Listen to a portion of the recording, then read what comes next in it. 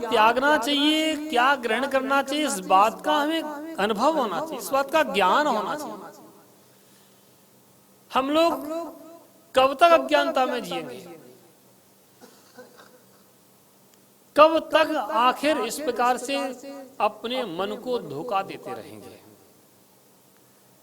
हमारे आचार्यों ने इतने ग्रंथ लिखे, भगवान जिनेंद्र ने अपने वाणी से इतने, भगवान ने धर्म की बातें कही, आचार्यों ने उसको लिपिबद्ध किया और बताया कि मुझे क्या ग्रहण करना और क्या छोड़ना।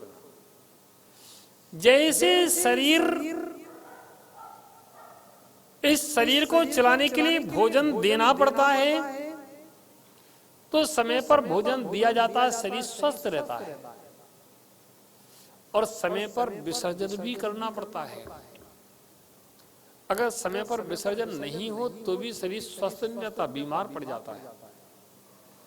एक बार बिना खाए तो चल सकता है, लेकिन बिना जाए नहीं चल सकता है। जब तक हम गंदगी को विसर्जन नहीं करेंगे, नहीं छोड़ेंगे, तब तक हमारे शरीर में बीमारियां फैलती रहेंगी, बीमारियां बनती रहेंगी। ऐसे ही अपने आत्मा के विषय में हमें विचार करना चाहिए। हमारी आत्मा के विषय में, हमारे आत्म हित के लिए क्या बात, क्या ऐसी चीज है जो हमारे लिए अहितकारी है, और क्या ऐसी चीज है जो हमारे लिए हितकारी है। इस विषय का विचार चिंतन चलना चाहिए। क्रोध के परिणाम, मान के परिणाम, माया के परिणाम, लोभ के परिणाम, राग के परिणाम, द्वेष के परिणाम, मोह के परिणाम, छल कपट मायाचारी के परिणाम, क्या ये परिणाम हमारे लिए हित कर सकते हैं? कर सकते हैं क्या? बताओ। अब आप लोग, कोई ऐसे गर्दन कर रहा है, कोई ऐसे देख रहा है कि महाराज आप कह रहे हो आपके लिए तो ठीक है, लेकिन हम लोग तो संसार में थोड़ा बहुत तो करना ही पड़ता है, नहीं संसार कैसे चलेगा? ठीक है, संसार भी चलाना है, इसलिए तुम करते रहो, कोई बात नहीं। अगर तुम्हें संसार में ही रहना है, संसार ही चलाना है, तो करते रहो। अगर संसार को त्यागना है, संसार को छोड़ना है, संसार से तुम्हारे अंदर कहीं ऐसा भय उत्पन्न हुआ है कि संसार में दुख है, छोड़ने के योग्य है, तो तुमको जरूर कुछ ना कुछ विचार करना पड़ेगा। प्यारे मित्रों,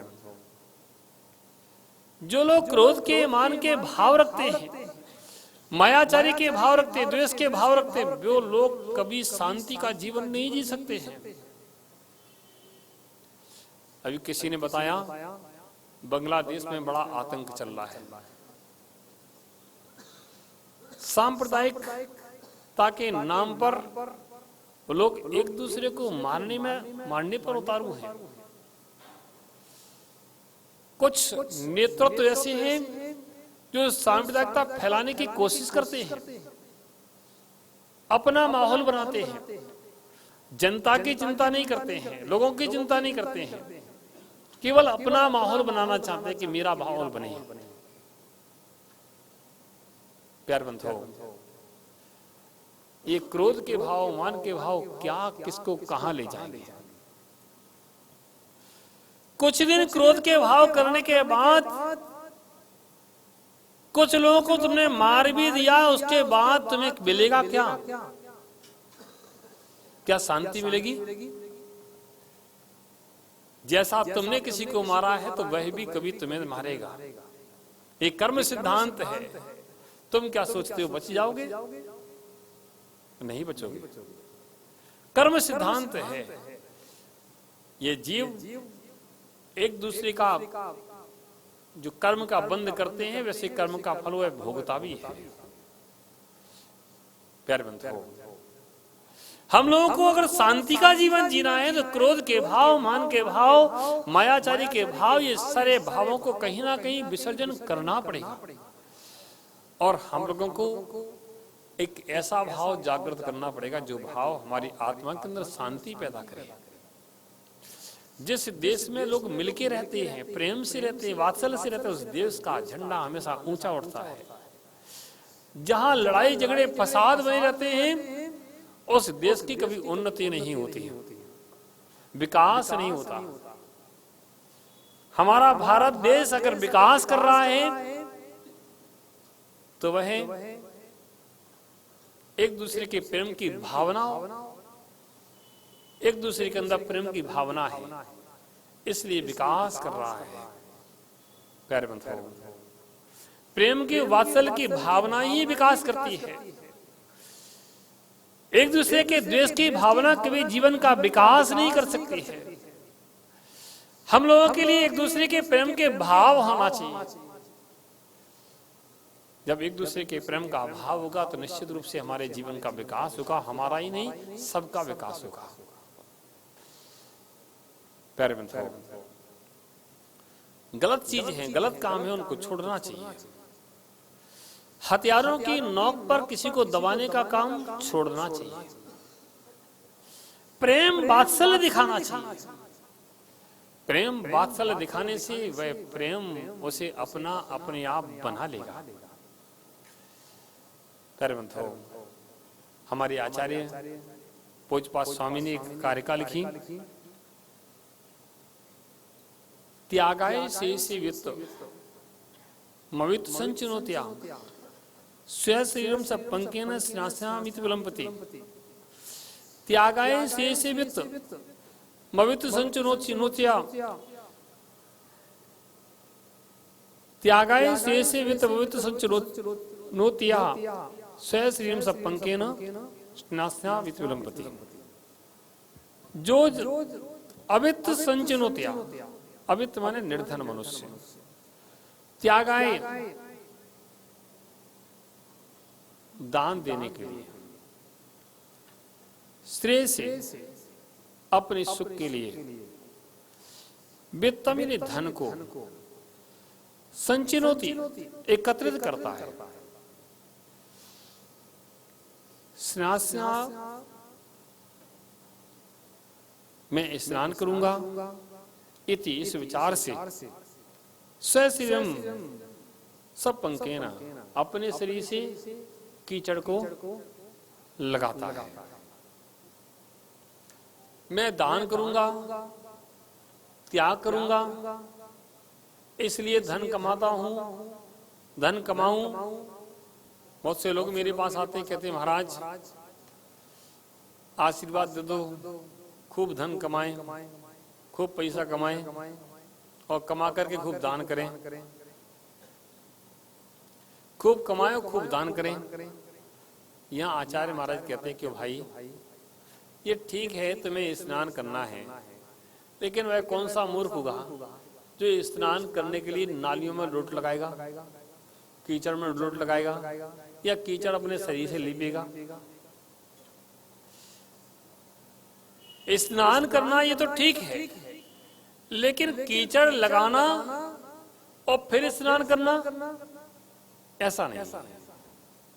दान करना तो ठीक है, हमारे पास जो है उसका तो हमें दान करना चाहिए, वह तो दान करने के योग्य ही है। लेकिन कमाऊं फिर दान करूं, फिर कमाऊं और दान करूं, आचार्य महाराज कह रहे इससे तो अच्छा है तुम्हारे पास जो नहीं है, अच्छी बात है, जो है उसका त्याग कर दो और अच्छा धर्म ध्यान करो। क्यों? कर्म बंद करोगे फिर कर्म से फिर छूटने का प्रयास करोगे, फिर कर्म बंद करोगे फिर छूटने का प्रयास करोगे, क्योंकि कभी संपत्ति बिना पाप के नहीं आती है।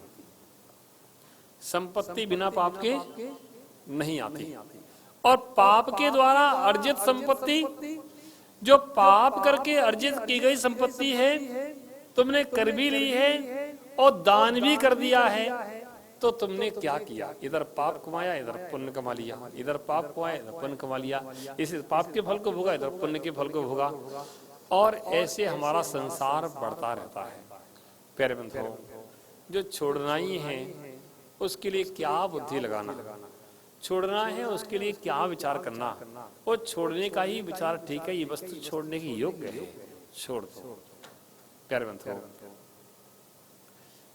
चूंकि ये आध्यात्मिक ग्रंथ है, आध्यात्मिक ग्रंथ में त्याग की चर्चा नहीं की जाती है, लेकिन फिर भी त्याग की बात जो हमारे अंदर क्रोध, मान, माया, लोभ, राग, द्वेष, मोह लगे हैं, जिनके कारण हमको संपत्ति को इकट्ठे करना, ये करना, वो करने की बात चलती रहती है, और जब हमारे अंदर से ये सब भाव खत्म हो जाते हैं तो सारे ये इकट्ठे करने का भाव भी समाप्त हो जाता है।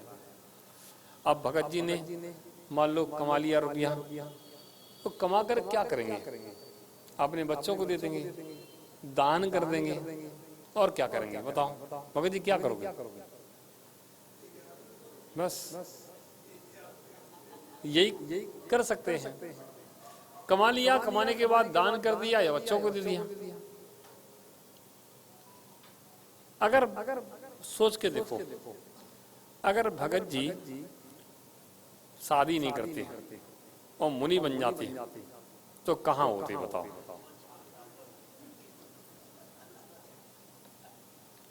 अगर भगत जी शादी नहीं करते, मुनि बन जाते, तो बताओ कहाँ होते? आज कैलाश नगर में भगत जी की पहचान है, दिल्ली में भगत जी की पहचान है। कहाँ पर है? कैलाश नगर में है, दिल्ली में है, और कहीं थोड़ी बहुत हो सकती है। लेकिन अगर मुनि बन जाते तो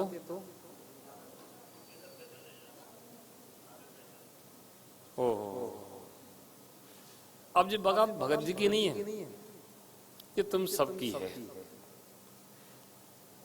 और पहचाने जाते वो बात अलग है, लेकिन आत्मा का कल्याण भी तो हमारा होता, ज्ञान की वृद्धि होती। लेकिन ऐसा नहीं कि आज भी कर रहे हैं, ऐसा नहीं, धर्मात्मा आज भी हैं, गुरुओं को दान देते हैं, आहार दान देते हैं, सारी क्षेत्र की सेवा कर, श्रावक की अपेक्षा से तो बहुत बढ़िया है, श्रेष्ठ है। लेकिन हम तो उनको मुनि रूप में देखते हैं। तुम तो कह रहे हो उनसे, उनके बेटे से तो पूछ लो। और पंकज सोच रहा है महाराज मेरे पापा को क्यों पकड़ लिया तुमने, और कोई मिला नहीं तुम्हें? प्यारे बंधु, कभी ना कभी, कभी ना कभी, कभी ना कभी, किसी ना किसी भाव में तुमको ये सब छोड़ना ही पड़ेगा। इसको छोड़े बिना तुम्हारा कल्याण नहीं हो सकता है। तुम कितना भी संग्रह कर लो, कितना भी दे लो, कितना भी ले लो, कितने भी व्यवहार कर लो, कुछ भी कर लो, एक दिन ऐसा आएगा कि तुमको इस भेष को धारण करके सब कुछ छोड़ना ही पड़ेगा। इसके छोड़े बिना एक कदम भी आगे नहीं हो सकता है। बस इस बात का विचार समय रहते हम कर लेते हैं तो ठीक है, अन्यथा इस जीवन में कितने आए और कितने चले गए। योगेश से हम कहते हैं भाई योगेश अभी कुछ नहीं बिगड़ा है, बेटी अब आपकी है, बेटे बड़े हो गए, शादी हो गई, परिवार सब हो गए, न हो गए, कुछ जिम्मेदारी है क्या?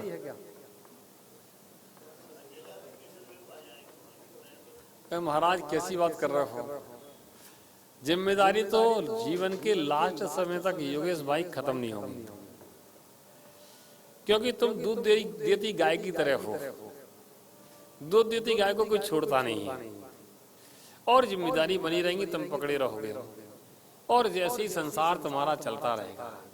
लेकिन समझदार व्यक्ति बुद्धि से काम करता है। सरकार भी 60 साल के बाद रिटायर कर देती है कि अब तुम किसी काम के नहीं रहे, जाओ धर्म ध्यान करो। क्या गलत है? वह भी तुम्हारे पेंशन मान देती, जाओ तुम धर्म ध्यान करो, और फिर भी तुम्हारा मोह, तुम्हारा लालच छूटता नहीं। अरे तुम चिंता मत करो, तुम्हारे पूरे जीवन की गारंटी मेरी। चलो देखो, सबके सामने तुमने कहा है, ठीक है? तुम पेंशन की चिंता मत करो, तुम्हारे खाने पीने, सोने, उठने, बैठने सारी जिम्मेदारी मेरी। चलो ठीक है, ठीक है, चलो एक तो मिला दमदार। प्यारे बंधु, त्यागाय से सेवित मृत संचनुत्या स्वश्रीम सपंकेन स्नातसापमित विलंबति। जो त्यागना ही है, छोड़ना ही है, उसका संग्रह करने की क्या आवश्यकता है?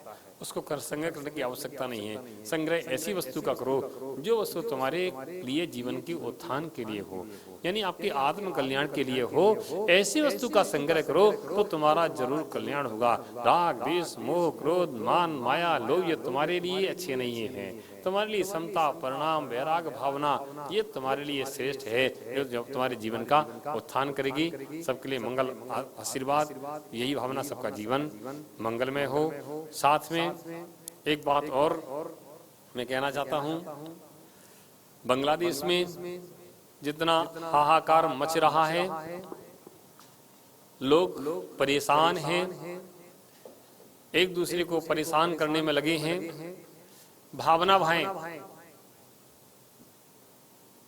कि एक दूसरे को परेशान करने की जो प्रवृत्ति उनकी चल रही है वह समाप्त हो और एक दूसरे के सहयोगी बने, ऐसी भावना सब करें। मंगल भावना भाएं और कल का निर्वाण लाडू इसी भावना के साथ चढ़ाएं कि सारे विश्व में शांति हो, सारे विश्व में अमन चैन हो। सारे देशवासी एक भावना के साथ भगवान पार्षद का लाडू कल चढ़ाएंगे कि सारे देश में विश्व में शांति हो, अमन चैन हो। इधर जो युद्ध चल रहे हैं, ऐसा हो रहा है, सब शांत हो और सारे लोग शांति से जी सकें, ऐसी भावना हम सब करेंगे। और ये भावना भाएंगे जो सरकारें हैं, जो वहाँ सरकार चला रहे हैं, वे भी ऐसी व्यवस्था बनाए कि लोगों के मन में शांति हो। इस सब के लिए मंगल आशीर्वाद। जोली आचार्य सन्मति सागर जी महाराज की।